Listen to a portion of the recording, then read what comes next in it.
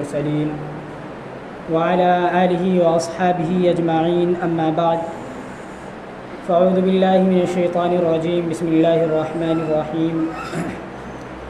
يا أيها الذين آمنوا قوا أنفسكم وأهليكم نارا وقودها الناس والحجارة عليها ملائكة غلاظ شداد لا يعصون الله ما أمرهم ويفعلون ما يؤمرون صدق الله العظيم عن أبي هريرة رضي الله تعالى عنه قال قال رسول الله صلى الله عليه وسلم صنفان من أهل النار لم أرهما قوم معهم سيات كأذناب البقر يضربون بها الناس رؤوسهن كأسنمة البخت المائلة ونساؤهن عائلات كاسيات مميلات مائلات رؤوسهن كأسنمة البخت المائلة لا يدخلن الجنة ولا يجدن ريحها وإن ريحها لتوجد من مسيرة كذا وكذا أو كما قال عليه الصلاة والسلام اللهم صل على محمد النبي الأمي وعلى آله وسلم تسليما اللهم صل على محمد النبي الأمي وعلى آله وسلم تسليما اللهم صل على محمد النبي الأمي وعلى آله وسلم تسليما محترم حضرات سامعین کرام، میں نے جس آیت کریمہ کی تلاوت کی ہے اس کے اندر اللہ رب العزت نے ایمان والوں سے مخاطب ہو کر فرمایا کہ اے ایمان والو تم اپنے آپ کو اور اپنے اہل و عیال کو جہنم کی اس آگ سے بچاؤ جس کا ایندھن انسان ہے اور پتھر ہے۔ پھر اس کے بعد حدیث مبارکہ پڑھی گئی، اس کے اندر اللہ کے نبی نے اپنی لا علمی کا اظہار کیا، حالانکہ اللہ تبارک و تعالی نے آپ علیہ السلام کو دنیا کے اندر جتنی بھی برائیاں آنی تھی یا جتنے بھی جہنمی گروہ تھے سب کے بارے میں آپ کو بتلا دیا، لیکن اور دکھلا دیا کہ یہ وہ لوگ ہیں، لیکن دو ایسی جماعتیں ہیں، دو ایسی گروہ ہیں جن کے بارے میں اللہ کے نبی نے فرمایا صنفان من اہل النار لم ارہما، کہ دو ایسے جہنمی ہوں گے، جہنمیوں کی دو ایسی گروہ ہوگی، دو ایسی جماعت ہوگی جن کو میں نے نہیں دیکھا ہے، یعنی میرے بعد وہ جماعتیں آئیں گی۔ وہ کون ہیں؟ قوم معهم سیات کاذناب البقر یضرب بها الناس، کہ وہ لوگ ہیں جن کے ہاتھوں میں بیل کے دم کی طرح کوڑے ہوں گے اور وہ اسے ناحق ماریں گے، دوسروں پر ظلم و تشدد کریں گے۔ دوسرے وہ کہ نساؤہن کاسیات عاریات ممیلات مائلات، کہ وہ عورتیں ہوں گی جو تو لباس پہنیں گی، کپڑے پہنیں گی، لیکن وہ کپڑا ان کے جسم پوشی کے لیے کافی نہیں ہوگا، یعنی ان کے جو کپڑے ایسے ہوں گے کہ جن سے اندر کے جو اعضاء و جوارح ہیں وہ ایسے ہی دکھیں گے اور وہ نشو نما ہوگی، وہ دکھلائی دے گا، ظاہر ہوں گے کہ یہ دو ایسے لوگ ہیں، یہ دو ایسی جماعتیں ہیں جو کبھی جنت کے اندر نہیں جائے گی، یعنی یہ جہنمی گروپ کے اندر اللہ کے نبی نے ان کو شامل فرمایا۔ ابھی ہم جس عصر حاضر سے گزر رہے ہیں، جس ماحول سے ابھی گزر رہے ہیں، اور پورے ہندوستان کے اندر جو ابھی ماحول پیدا ہے، جس طریقے سے سوشل میڈیا کے اندر مسلمانوں کی بہنوں اور بیٹیوں اور ماؤں کی عزت اچھالی جا رہی ہے، یہ ہم میں سے کسی سے مخفی اور چھپا ہوا نہیں ہے کہ کس طریقے سے ہماری بہنیں یا ہماری بیٹیاں جو ہے اپنے دین اسلام کو چھوڑ کر مرتد ہو رہی ہے، اور اس کے پیچھے اس کا جو اصل وجہ ہے، اس کی جو ریزن ہے وہ کیا ہے؟ کیوں ہماری ماں بہنیں یا ہماری بیٹیاں اسلام کو کیوں چھوڑ رہی ہیں؟ اس کے آخر ذمہ دار کون ہیں؟ جب اس پر جائزہ لیا جاتا ہے، جب اس کا مشاہدہ اور اس کا تجربہ کیا جاتا ہے پوری طریقے سے، جب ایک ٹیم بیٹھ کر اس کی انویسٹیگیٹ کرتی ہے تو یہ بات سامنے آتی ہے کہ اس کے جو ذمہ دار ہیں مسلمان خود ہیں، اور مسلمانوں کے ماحول کے اندر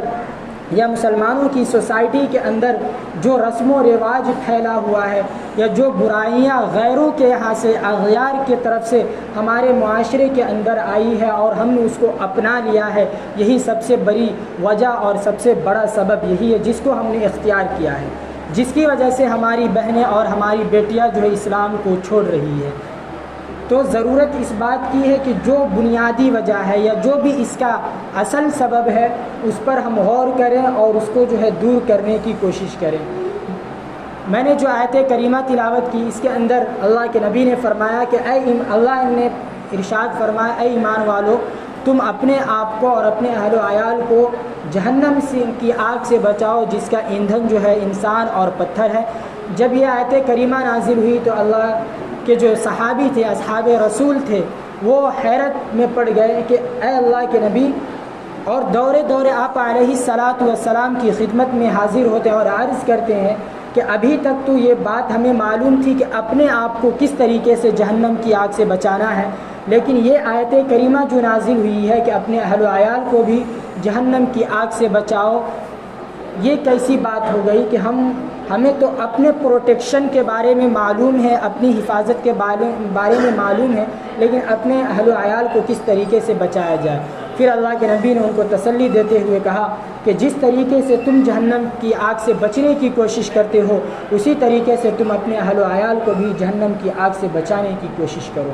بہرحال اس کے بعد جو حدیث مبارکہ پڑھی گئی، یہ تمام چیزیں جو ہے ہماری سوسائٹی، ہمارے سماج اور ہمارے معاشرے کے لحاظ سے ہے، اور یہی نہیں صرف ہماری کتابوں کے اندر ہی نہیں بلکہ اغیار کی کتابوں کے اندر اور دوسرے اوتھینٹک جو بک ہیں اور دوسرے جو دھارمک پستک ہیں ان کے اندر بھی ان تمام چیزوں کو بتایا گیا۔ آج لوگ جس طریقے سے مال و دولت کی، سونے چاندی کی حفاظت کرتے ہیں، کاش اسی طریقے سے اپنے گھروں کی عزت کی حفاظت کی ہوئی ہوتی تو یہ جو مراحل ہمارے سامنے آ رہے ہیں، یا اگر ہم اسلام کے پورے پیروکار ہوتے، غیروں کے جو رسم و رواج ہیں اس کو اپنے اندر نہ داخل کیے ہوتے، تو آج ہماری جو ماں بیٹیاں یا ماں بہنیں جو مرتد ہو رہی ہے، اسلام کو چھوڑ کر غیر مسلموں کے ساتھ شادی کر رہی ہے اور غیر مسلموں کے ساتھ اپنا گھر بسا رہی ہے، یہ ایسا نہ ہوا ہوتا۔ اس کی جو صورتحال اور اس کا جو سین ہے، منظر ہے، وہ الگ قسم کا ہوتا۔ آخر اس کے ذمہ دار کون ہے؟ تو آئیے ایک واقعے کے ذریعے سے اس کے ذمہ دار کا ہم معلوم کرتے ہیں کہ ایسے جو واقعات رونما ہو رہے ہیں اس کے ذمہ دار کون ہیں۔ یہ جو مرتد جو ہو رہی ہیں ہماری بہنیں یا بیٹیاں، جب ان کا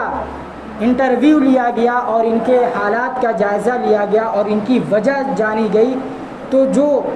دو وجہ سامنے نکل کر آئی، یہ ان دو وجوہات کی وجہ سے جو ہے ہماری بہنیں اسلام کو چھوڑ کر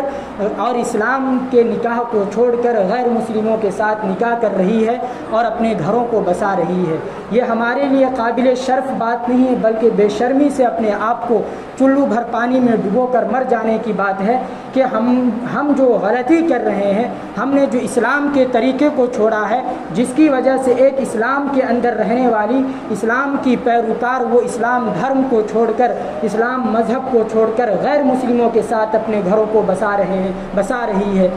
اور قابل شرم وہ لوگ ہیں، شرمندہ تو ان لوگوں کو ہونی چاہیے جن کے پاس مال و دولت ہے، پھر بھی ان غریب اور غربت کے اندر پھنسی ہوئی لڑکی کی حفاظت اور مدد نہیں کر رہے ہیں۔ اسی طریقے کا ایک واقعہ ہے کہ یہ کورٹ میرج والا جو سلسلہ ہے، میں کھلے عام بات کر رہا ہوں، یہ جو کورٹ میرج کا جو سلسلہ ہوا، ایک لڑکی جو ہے غیر مسلم کے ساتھ نکاح کیا، جب ان کے پاس اسلامی تنظیم کے لوگ پہنچے کہ آخر کیا وجہ ہے کہ یہ لڑکی اسلام دھرم کو چھوڑ کر غیر مسلم کے ساتھ شادی کر رہی ہے، تو جب ان کے پاس اسلامی تنظیم کے لوگ، تنظیم اسلامیہ کے لوگ پہنچتے ہیں اور ان سے دریافت کرتے ہیں کہ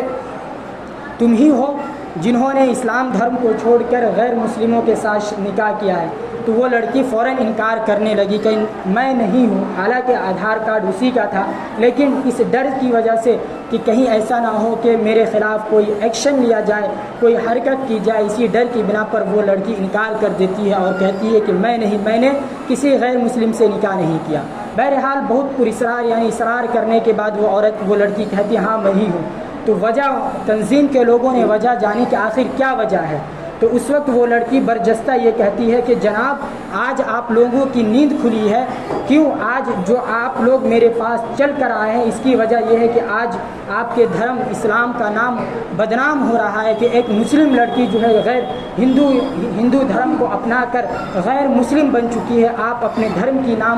کے نام کو اور دھرم کی عزت کو بچانے کے لیے آج میرے پاس آئیں. میری عمر جو ہے 27 سال ہے. وہ لڑکی بتا رہی ہے کہ میری عمر 27 سال ہے. آپ 27 سال سے کہاں تھے؟ 27 سال سے میری زندگی کیسے گزر رہی ہے؟ میرے آس پڑوس میں بہت سارے امیر گھر والے بھی ہیں، امیر لوگ ہیں، مالدار لوگ ہیں. کبھی انہوں نے میری سپورٹ نہیں کی، میری مدد نہیں کی. حالانکہ اگر وہ چاہتے تو میرے گھر کے خرچے کو اٹھا سکتے تھے. اور میری جو شادی کا جو مرحلہ ہے، آج آپ کہہ رہے ہیں کہ تم نے غیر مسلم سے کیوں تم نے شادی کیا یا تم نے ان سے کیوں نکاح کیا. تو آج میں اس کا جواب کل قیام، مجھے تو یہ بات معلوم ہے، وہ لڑکی کہہ رہی مجھے یہ بات معلوم ہے کہ میں اسلام کو چھوڑ دی ہوں، یعنی مرتد ہو گئی ہوں. کل قیامت کے دن جب خدا پوچھے گا کہ تم نے مرتد اسلام دھرم کو کیوں چھوڑا، اسلام مذہب کو کیوں چھوڑا، تو اس وقت میں اللہ سے سوال کروں گا کہ اے اللہ، وہ لوگ جن کو تم نے مالدار بنایا تھا، جن کو تم نے تنظیم کا سردار بنایا تھا، جن کو تم نے گاؤں کا بڑا لیڈر بنایا تھا، وہ لوگ اس وقت کہاں تھے جب میں غریبی کی حالت میں زندگی بسر کر رہی تھی، جب میرے گھر میں عید کے روز بھی کھانے کو کچھ روپے نہیں، کھانے کی کوئی چیزیں کوئی بھی اشیاء مہیا نہیں تھی، اس وقت وہ امیر لوگ کہاں گھوم رہے تھے؟ آج جب آپ کا اسلام بدنام ہو رہا ہے، آج میں اسلام دھرم کو چھوڑ کر غیر مسلم کے ساتھ نکاح کیا ہے یا کر رہی ہوں، تو آج آپ میرے پاس انٹرویو لینے آئے ہیں. آج آپ یہ بات کر رہے ہیں کہ اسلام دھرم کو کیوں چھوڑا. اسلام دھرم کے چھوڑنے کی وجہ یہ ہے غربت ہے. میں غریب ہوں، میرے والد بچپن کے اندر مر گئے، اس کے بعد میری ماں ہے، میری ماں کچھ نہیں کر سکتی. میں اپنی تمام بہن بھائیوں کی بڑی بہن ہوں، اور میں اگر یہ قدم مرتد والا غیر مسلموں کے ساتھ اگر میں شادی نہیں کرتی تو میری جو یہ چھوٹی چھوٹی بہنیں ہیں کل زناکاری کے جو اڈے ہیں جہاں پر بیٹیوں کی عزت کے ساتھ کھلواڑ کیا جاتا ہے، چند پیسوں کے ساتھ عیاشی اور فحاشی کیے جاتے ہیں، یہ حال ان سب کے ساتھ ہونا تھا. میری چھوٹی چھوٹی بہنوں کی بھی جو ہے عزت جو ہے منظر عام پر آتی اور میری بہنوں کی عزت کی حفاظت نہیں ہوتی. چنانچہ میں نے اپنی بہنوں کی وجہ سے جو میں نے اسلام دھرم کو چھوڑا ہے کہ اگر میرے گاؤں کے جو امیر لوگ تھے، جو لیڈر تھے، جو مالدار تھے، جن کو اللہ تبارک و تعالیٰ نے دولت دی تھی، اگر وہ لوگ یہ ایکشن لیتے، وہ لوگ اگر میری سپورٹ کرتے، اگر میری ہیلپ کی ہوتی، تو آج میں اسلام دھرم کو چھوڑ کر غیر مسلموں کے پاس نہیں جاتی. اور یہ تو وہ لوگ ہیں، یعنی غربت کی وجہ سے لوگ چھوڑ رہے ہیں. اور دوسری وجہ یہ بتلائی کہ میں نے غیر مسلم کا ہاتھ اس لیے تھاما کہ میں کسی اسلام یعنی مسلمان لڑکے کے پاس جاتی تو ان کے گھر والے، ان کے جو گھر والے ہیں، پیرنٹس ہیں، ان کے والدین جو ہیں، سب سے پہلے مجھ سے جہیز کا مطالبہ کرتے ہیں. تو پتہ یہ چلا کہ جہیز کی وجہ سے جو ہے ہمارے مسلمان کی جو بیٹی ہے 95% مسلمان کی جو بیٹی یا بہنیں مرتد ہو رہی ہے، اسلام کے دھرم کو، اسلام مذہب کو چھوڑ رہی ہے. اس کی بنیادی وجہ جہیز ہے. آج ہم لوگوں نے جہیز کو ایک کھیل بنا رکھا ہے، جب تک کہ جہیز نہیں لیں گے اب تک کہ شادی نہیں کریں گے. تو کل قیامت کے دن جس طریقے سے اس لڑکی کی سزا ہوگی اور اس کے ساتھ ساتھ ان لوگوں کی بھی سزا ہوگی جن کے پاس مال و دولت ہونے کی وجہ سے، مال و دولت ہونے کے باوجود بھی ان کی سپورٹ اور ان کی مدد نہیں کیا ان لوگوں نے، یا وہ لوگ جو لوگ اپنے بیٹے اور بیٹیوں کی شادیوں کے اندر بھی، بیٹے کے شادی کے اندر جہیز لیتے تھے اور بیٹی کے شادی کے اندر فضول اسراف، فضول خرچی کیا کرتے تھے صرف اپنے نام اور نمود کے لیے کہ گاؤں کے بڑے لیڈر کی بیٹی کی شادی ہے یا پنچایت کے بڑے لیڈر کی بیٹی کی شادی ہے یا گاؤں کے سب سے امیر کی بیٹی کی شادی ہے. اس طریقے سے نام و نمود کے لیے، صرف نام کے لیے جو ہے ہم اپنی بیٹیوں کی شادی کے اندر یا بیٹوں کے شادی کے اندر جو جہیز لیتے ہیں یا جہیز دیتے ہیں. شرعاً تو یہ تمام چیزیں حرام ہی ہیں، لیکن جو لوگ ان چیز کے اندر ملوث ہے، انولو ہے، سب کو کل قیامت کے دن جواب دینا پڑے گا جو جہیز لے رہے ہیں اور اس کے اندر شرکت کر رہے ہیں. کیوں؟ آپ کے جہیز کے اس سسٹم کو اور اس رول اور ریگولیشن کو نہ ختم کرنے کی وجہ سے اسلام دھرم کو چھوڑ کر ہماری بہنیں اور ہماری بیٹی جو ہے دوسرے اغیار کے قوم کو اختیار کر رہی ہے. اس لڑکی نے اپنی انٹرویو کے اندر یہ بات بھی کہا یہ بات بھی انہوں نے کہی اپنے انٹرویو کے اندر کہ جب میری شادی کی بات آئی، 27 سال کی میں ہو گئی ہوں اور شادی کا مرحلہ ہے، اگر میں غیر مسلموں سے شادی نہیں کرتی ہوں تو یہ جو 4 لاکھ 5 لاکھ 10 لاکھ جو جہیز لیے جاتے ہیں اور ساتھ میں فرمائش ہوتی ہے ایسے کھانے کی ویسے کھانے کی، یا اس کے اندر ڈائننگ ٹیبل چاہیے، ریفریجریٹر یا دیگر چیزوں کی جو مانگ کی جاتی ہے، میرے والدین کے پاس اتنی حیثیت نہیں ہے کہ وہ لا کر دے۔ چنانچہ غربت کی وجہ سے انہوں نے اسلام کو ترک کیا اور انہوں نے تنظیم والوں سے کہا کہ کل قیامت کے دن یہ لوگ بھی خدا تعالیٰ کے سامنے شرمندہ ہوں گے، ان کو بھی جواب دینا پڑے گا، میں تو جہنم کی سزا کاٹ لوں گی، کیونکہ میری صرف ایک جان کی وجہ سے میری جو 4 چھوٹی چھوٹی بہنیں ہیں ان کی عزت محفوظ ہو رہی ہے۔ اگر میں غیر مسلم کا دھرم ہندو دھرم اگر اختیار نہیں کرتی ہوں، اگر میں اسلام دھرم کو اپناتی ہوں تو یہ میری جو چھوٹی بہنیں ہیں ان کی عزت صحیح سالم نہیں رہے گی، لہٰذا میں نے اپنے آپ کو قربان کر دیا، اپنی سیکریفائز کر دی اور ان کی عزت کی حفاظت کی ہے اور ان کی جان کو ہم نے بچایا ہے۔ تو معلوم یہ ہوا کہ اور انہوں نے یہ بھی کہا کہ ہمارے ایسا نہیں ہے کہ ہمارا گاؤں جو ہے، اس لڑکی نے کہا کہ ہمارا گاؤں جو ہے وہ فائنینشیل ایسا نہیں ہے، وہ مالی اعتبار سے ایسا نہیں ہے کہ کمزور ہے، ہمارے گھر کے یعنی ہمارے جو پڑوسی ہیں وہ بہت ہی امیر ہیں، وہ اپنی بیٹیوں کی شادی کے اندر فضول خرچیاں کر رہے ہیں، جو چیز نہیں دینی چاہیے نام و نمود کے لیے وہ تمام چیزیں دے رہے ہیں، لیکن کبھی ان کو یہ توفیق نہیں ہوئی کہ کسی غریب کی کہ بغل میں پڑوس کے اندر ایک غریب کی بیٹی بھی زندگی بسر کر رہی ہے، زندگی گزار رہی ہے، ان کی بھی شادی کا انتظام کیا جائے۔ پھر انہوں نے تنظیم والوں سے دوسرا سوال کیا کہ میں کل قیامت کے دن اللہ سے یہ بھی سوال کروں گی کہ اللہ تو نے وہ نظام بنایا تھا زکوٰۃ کا نظام، وہ نظام کہ زکوٰۃ نکالنے والے کہاں ہیں، زکوٰۃ نکال کر لوگ کس کو دے رہے ہیں یا زکوٰۃ کیوں نہیں نکال رہے ہیں، تو اللہ سے وہ سوال کرتی کہ انما الصدقات للفقراء والمساکین، کہ اللہ تو نے زکوٰۃ کا نظام بنایا تھا کہ جس میں غریبوں کی مدد ہو سکے، مسکینوں کی مدد ہو سکے، کہاں گیا یہ نظام کہ نہ ہمیں زکوٰۃ کا پیسہ ملتا تھا نہ ہمیں، حالانکہ ہم زکوٰۃ کے مستحق تھے، لوگ کہاں پر زکوٰۃ دے رہے تھے کہ مجھ تک جو ہے زکوٰۃ کا پیسہ اور رقم نہیں پہنچا، تو لوگ ادھر ادھر نام و نمود کے لیے زکوٰۃ دے رہے ہیں۔ بڑے مدارس کے اندر لوگ زکوٰۃ دے رہے ہیں 10,000 5,000 کہ فلاں شخص نے اتنا زکوٰۃ دیا ہے، اشرف العلوم ہو یا دیگر مدارس ہو، اس کے اندر ہم نے دیکھا ہے کہ بہت سارے لوگ چھوٹے مدارس کے اندر زکوٰۃ نہیں دیتے ہیں، بڑے مدارس کے اندر صرف نام و نمود کے لیے زکوٰۃ دیتے ہیں، یہ بالکل غلط طریقہ ہے۔ آپ بڑے مدارس کو دے یا نہ دے، اس سے پہلے جو اللہ تعالیٰ نے جو لفظ قرآن کریم کے اندر اختیار کیا ہے انما الصدقات للفقراء والمساکین، یہ نہیں ابن السبیل کا لفظ استعمال نہیں کیا، ابن السبیل کا لفظ بعد میں آتا ہے، پہلے فقراء والمساکین، فقراء کا لفظ اور مساکین کا لفظ اللہ نے استعمال کیا، مطلب یہ ہے کہ سب سے پہلا جو حقدار اور مستحق زکوٰۃ غریب لوگ ہیں، جو غربت اور فاقہ کشی زندگی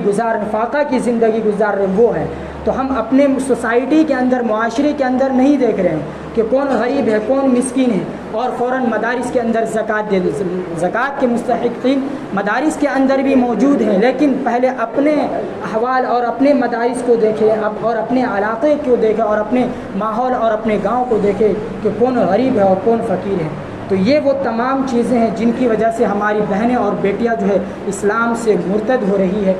اور دوسری وجہ وہی ہے کہ لوگ جو ہے جو ہماری بہن ہے بیٹی ہے جو وہ ان کی چالوں کے اندر پھنس جاتے ہیں، لیکن یہ جو میٹر ہے یہ بہت ہی کم، لیکن 95% ایسی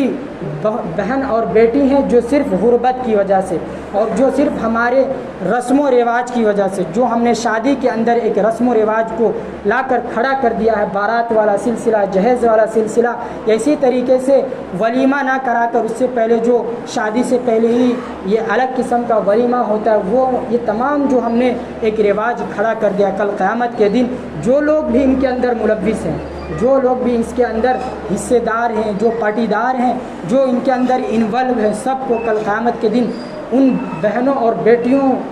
کے ساتھ جواب دینا پڑے گا کہ آپ کی وجہ سے وہ ہماری بہنیں اور بیٹیاں جو ہے مرتد ہو رہی ہیں۔ اگر یہ نظام ختم کر دیا جائے، یہ جہیز والا نظام ختم کر دیا جائے اور یہ جو رسم و رواج ہے، بارات والا جو نظام، اس کو اگر ختم کر دیا جائے اور اسلام کے اندر جو شادی یا نکاح کا جو تصور ہے، ان اعظم النکاح برکہ ایسرہ مؤونۃ، کہ اللہ کے نبی نے اتنا آسان بنا دیا ہے کہ اگر فار ایگزامپل مثال کے طور پر اگر ایک لڑکا ایک لڑکی کا ہاتھ پکڑ لے اور لڑکا قبلتو یعنی قبلتو نکاحتو و تزوجتو صرف کہہ دے تو نکاح ہو گیا، ایجاب و قبول ہو گیا، اور ساتھ میں ایک شرط ہے، گواہ کی شرط ہے، سامنے اگر چائے کی دکان پر اگر وہ کسی لڑکی کا ہاتھ پکڑ کے قبلتو اور ایجاب و قبول کر لیتا ہے، نکاح ہو گیا، کیوں؟ اور وہاں پر گواہ بھی موجود ہے کہ سامنے جو شخص چائے پی رہا ہے چائے کے دکان پر انہوں نے دیکھا کہ یہ دونوں ایجاب و قبول کر رہے ہیں۔ اس کا یہ ہرگز مطلب نہیں کہ آج سے نوجوان لوگ ایسی حرکت کرنا شروع، یعنی کہنے کا مطلب، مثال دینے کا مطلب یہ کہ نکاح اتنا آسان ہے، ہم نے نکاح کو جو ہے ایک جو ہے بہت بھاری بھرکم چیز بنا لی ہے کہ جب تک 4 لاکھ روپیہ 2 لاکھ روپیہ 1.5 لاکھ روپیہ نہیں ملے گا، 200 بارات نہیں لے جائیں گے، 150 بارات نہیں لے جائیں گے، اب تک شادی نہیں ہوگی۔ یہ شادی نہیں ہے، بربادی ہے، اور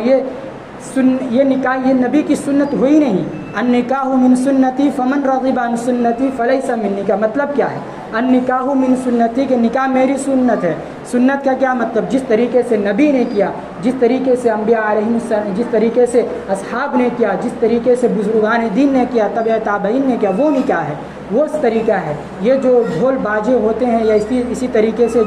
یہ جو تلک وغیرہ کا جو معاملہ ہوتا ہے، یہ تو اپنی من مرضی ہے، یہ اپنا صرف ایک اپنے پیٹ بھرنے کا ایک ذریعہ ہے، یہ نکاح نہیں ہے۔ بس یہ کہ اپنی کیوں نکاح کیوں؟ اللہ نے تو لڑکی والوں پر یا اللہ کے نبی نے تو لڑکی والوں پر کسی طریقے کا خرچہ عائد نہیں کیا، جو بھی خرچہ ہے وہ لڑکے والوں کو کرنا لڑکی، لیکن یہاں جو ہے سسٹم ہی الگ ہے، سسٹم کا نظام جو ہے وہ درہم برہم ہو چکا ہے۔ بہرحال یہ جو ہے مرتد کے متعلق بات تھی کہ اگر ہم یہ نہیں کہ ابھی ہمارے بہار کے اندر نہیں آیا یا ہمارے گاؤں کے اندر ہمارے پنچایت کے اندر یہ تمام چیزیں نہیں آئی ہیں کہ ہماری بیٹی یا بہنیں جو ہے نعوذ باللہ خدا نہ کرے ایسا ہو کہ ہماری بیٹیاں جو کسی غیر مسلم کا ہاتھ تھامیں، تو ضرورت ہے اس بات کی کہ یہ جو رواج ہم نے جو قائم کیا ہے، یہ جو ہم نے اختلاط تعلیم یعنی مخلوط تعلیم کا جو نظام، مخلوط تعلیم کا مطلب ہے کہ لڑکے لڑکی ایک ساتھ جو تعلیم حاصل کر رہے ہیں، اس نظام کو بھی ختم کیا جائے، اور ساتھ میں یہ رسم و رواج جہیز والا جو مسئلہ ہے، نکاح کو آسان کیا جائے، اور تاکہ جو غریب ہیں ان کو بھی نکاح کرنے کے اندر کسی طریقے کی کوئی پریشانی نظر نہ آئے اور پریشانی کا سامنا نہیں کرنا پڑے۔ آج بھی آپ دیکھ سکتے ہیں، خود اس گاؤں کے اندر آپ اس بات کا مشاہدہ کر سکتے ہیں، یا اپنے پنچایت کے اندر بھی آپ دیکھ سکتے ہیں، بہت سی ایسی لڑکیاں ہیں یا بہت سے ایسے والدین ہیں جو صرف جہیز کی وجہ سے اپنی بچیوں کو روکے رکھے ہوئے ہیں، صرف جہیز کی وجہ سے جو ہے اپنی بچیوں کو اور بیٹیوں کو جو ہے روکے رکھے ہوئے ہیں۔ تو آخر اس کے ذمہ دار کون ہے؟ اگر ہم اپنے لڑکے کی شادی میں اگر ہم جہیز نہ لیں گے تو اگلا بھی نہیں لے گا، یا لیتا ہے تو اگر بڑا آدمی ہے امیر ہے تو اتنا نام و نمود دکھلانا اور ظاہر کرنے کی کیا ضرورت ہے؟ جتنا پیسہ فالتو کا خرچ ہم جو اسراف کر رہے ہیں اپنی بیٹی کی شادی کے اندر، اگر مال اللہ تعالیٰ نے دیا ہے تو ہم جو اسراف کر رہے ہیں اس کو جو ہے کسی غریب کی لڑکی شادی میں اس کو اتنا ہم صدقہ دے کر خیرات دے کر جو ان کی مدد کر کے ان کی شادی نکاح کروا دیں۔ ضرورت نہیں ہے کہ ہم اپنے بیٹے کی شادی میں فضول خرچی کریں، اسراف کریں دکھلانے کے لیے صرف۔ اگر اس طریقے سے کریں گے تو ان کی مدد بھی ہو جائے گی اور ہمارا مسئلہ بھی حل ہو جائے گا۔ اور دوسرا مسئلہ وہی ہے کہ ہم اپنی بیٹیوں پر جو ہے نگرانی رکھیں۔ اللہ تعالیٰ نے قرآن کریم کے اندر فرمایا وَقَرْنَ فِي بُيُوتِكُنَّ وَلَا تَبَرَّجْنَ تَبَرُّجَ الْجَاهِلِيَّةِ الْأُولَىٰ، کہ اے نبی اپنی بیویوں کو اور اپنی بیٹیوں کو یعنی اپنی عورتوں کو جو ہے گھروں کے اندر رکھو، اور گھروں کے اندر رکھنے کا مطلب ہے محافظت، پروٹیکشن کے ساتھ دیکھ بھال یعنی ان کی نگرانی کرتے رہو۔ لیکن ہمارے ہاں وہ کوئی ایسا رواج نہیں ہے، لوگ جو ہے اپنی بیٹی اور بہوں پر نگرانی نہیں کرتے بلکہ گویا کہ ان کو کھلے عام چھوڑ دیا ہے۔ جن کو اللہ تعالیٰ نے سونے اور چاندی اور مال و دولت کو کہا ہے کہ اس کو خرچ کرو، اس کو جمع کر کے نہیں رکھو۔ اللہ نے فرمایا والذین یکنزون الذهب والفضة ولا ينفقونها في سبیل اللہ فبشرهم بعذاب الیم، کہ جو لوگ سونا چاندی کو جمع کرتے ہیں اور خرچ اللہ کے راستے میں نہیں خرچ کر رہے، ان کو دردناک عذاب کی سزا خوشخبری دے دیجیے۔ اور جن کو اللہ نے کہا کہ گھر کے اندر سنوار کر رکھو، پروٹیکشن کے ساتھ، حفاظت کے ساتھ، وقرن فی بیوتکن، کہ اپنی عورتوں کو کہو کہ گھروں کے اندر ٹھہرے رہے، مسکن رہے، باہر زیادہ بلا ضرورت ادھر ادھر نہ جائے۔ تو لوگ لڑکیوں کو جو کھلے عام چھوڑے ہوئے ہیں، یہ اپنی سوسائٹی نے یعنی ہو سکتا ہے اپنے گاؤں کے اندر بھی ایسا ہو، لیکن جو مسلمانوں کا جو حال ہے وہ بتلایا جا رہا ہے۔ تو جن کو سنبھال کر رکھنے کو کہا ہے اپنے گھروں کے اندر، لوگ ان کو جو ہے کھلے عام چھوڑ رہے ہیں، اور جن کو اللہ نے کہا ہے مال و دولت سونا چاندی کو کہ باہر رکھو، یعنی اللہ کے راہ میں خرچ کرتے رہو، لوگ اس کو جو ہے سنبھال کر اور تجوری کے اندر جمع کر کے بینک بیلنس بنا کر اور بینک کے اندر اکاؤنٹ کے اندر رکھتے ہیں۔ جس کو باہر رکھنی چاہے اس کو اندر، اور جس کو اندر وہ، یعنی الٹا سسٹم جو ہے پورے نظام، پورا جو سسٹم ہے وہ الگ ہو چکا ہے۔ لہٰذا ضرورت اس بات کی ہے کہ ان تمام چیزوں پر غور دیں، اور تقریر بات کرنے کے اندر بہت ساری ایسی باتیں بھی آ گئی ہوں گی جن سے لوگوں کو تکلیفیں بھی ہوں گی، لیکن جو بات ہمارے عصر حاضر میں ابھی جو سوشل میڈیا پر جس طریقے سے مسلمانوں کی عزت آئے دن، اور اخباروں کے اندر جس طریقے سے مسلمانوں کی بہن اور بیٹیوں کی عزت کا جنازہ اٹھایا جا رہا ہے کہ ہماری بہنیں فلاں جگہ کے اندر وہ لڑکی غیر مسلم کے ساتھ نکاح کر لیا، شادی کر لی، اس کے ساتھ اپنا گھر بسا رہی ہے، تو یہ تمام چیزیں دیکھ کر ہمیں شرم آنی چاہیے، اور شرم اس لیے آنی چاہیے کہ ہم نے جو ہے نکاح کو ایک بھاری بھرکم چیز اور ایک تومار بنا لیا ہے، جس کی وجہ سے ہماری جو بیٹیاں ہیں وہ غیروں کے گھر جا رہی ہے۔ تو ضرورت اس بات کی ہے کہ یہ اس سسٹم اور اس نظام کو ختم کریں، اور یہ جو بارات والا سلسلہ ہے، جنہوں نے ایسے تو بارات نہیں لے جانا ہے، اور جن کو دعوت دی جائے، خدا را آپ لوگ بھی خود ان سے اجتناب کرنے کی کوشش کریں، اور ہر وہ نکاح جس کے اندر جہیز لیا جائے آپ ان کے اندر، ان کے کھانے کے اندر بھی شرکت نہ ہو، اور ان کے بارات کے اندر بھی شرکت نہ ہو، کیونکہ اگر ہم ہی ایکشن نہیں لیں گے تو یہ جو مسئلہ ہے یہ حل نہیں ہو سکتا، قیامت تک یہ مسئلہ حل نہیں ہو سکتا۔ الحمدللہ اس چیز کا نظام ہمارے یہاں، ہم لوگوں نے اس پر جو ہے عمل کی کوشش کی، حتی الامکان ہم لوگ جو ہے ایسے شادی کے اندر یا بارات کے اندر یا ایسے ولیمہ جن کو وہ تو ولیمہ نہیں، ولیمہ کا مطلب ہے کہ اپنے پیسہ سے ولیمہ کریں، یہ نہیں کہ جو جہیز کے اندر جو پیسہ ملا 2 لاکھ 1.5 لاکھ اس میں سے 1 لاکھ کا جو ولیمہ کرا وہ ولیمہ نہیں، وہ حرام کا کھانا ہے، صاف بات ہے، وہ حرام، اس کے اندر ہم لوگ شرکت نہیں کرتے ہیں۔ آپ لوگوں سے بھی گزارش ہے کہ کل قیامت کے دن خدا کے سامنے اپنے آپ کو منہ دکھانے کے لائق رکھے، اور وہ جو ہماری بہنیں اور بیٹیاں جو ارتداد کی شکار ہو رہی ہے، ان کی عزت کے خاطر اور ان کے اسلام دھرم کے اندر، اسلام مذہب کے اندر رہنے کے خاطر اس رواج کو ختم کرنے کی کوشش کرے۔ اللہ تعالیٰ سے دعا ہے کہ اللہ تعالیٰ کہنے کے اندر جو غلطیاں ہو گئی اس کو معاف فرمائے، اور کہنے سننے سے زیادہ عمل کی توفیق عطا فرمائے۔ وآخر دعوانا الحمد للہ رب العالمین۔